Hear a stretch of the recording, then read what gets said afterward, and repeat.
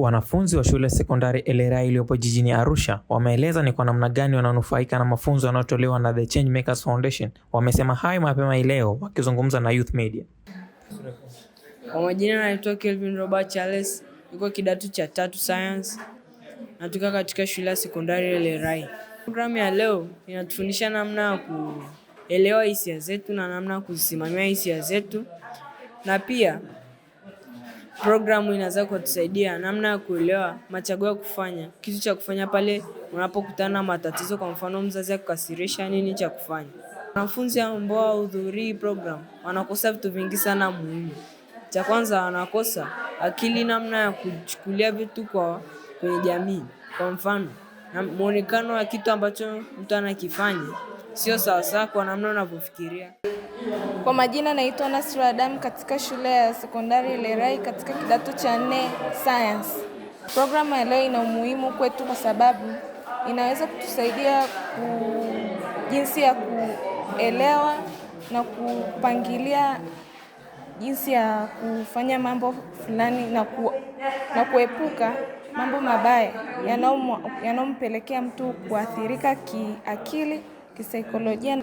Wanafunzi ambao hawajahudhuria programu hii na washauri ya kwamba wanakosa vitu vingi, na pia programu hii inaweza kuwasaidia kuepukana na mambo ambayo yatafanya waathirike kiakili, kimwili na kisaikolojia. Ametoa wito kwa wanafunzi kuchangamkia fursa, kwani fursa haziji mara mbili. Naitwa Mwalimu David Diamond Landa, mwalimu wa shule ya sekondari Elerai. Nimekuwa mshiriki katika programu hii ya The Changemakers Foundation.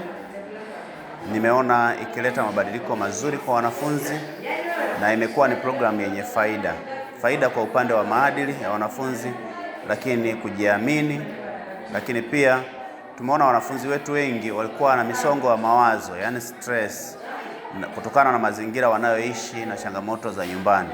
Lakini baada ya programu hii nyuso zao zimechangamka kuashiria kwamba kuna mabadiliko ambayo wamepata.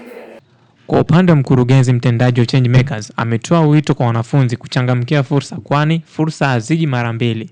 Jina naitwa Baltazar Ansatutati, ni mkurugenzi mtendaji wa taasisi ya vijana inayoitwa The Changemakers Foundation inayopatikana Arusha.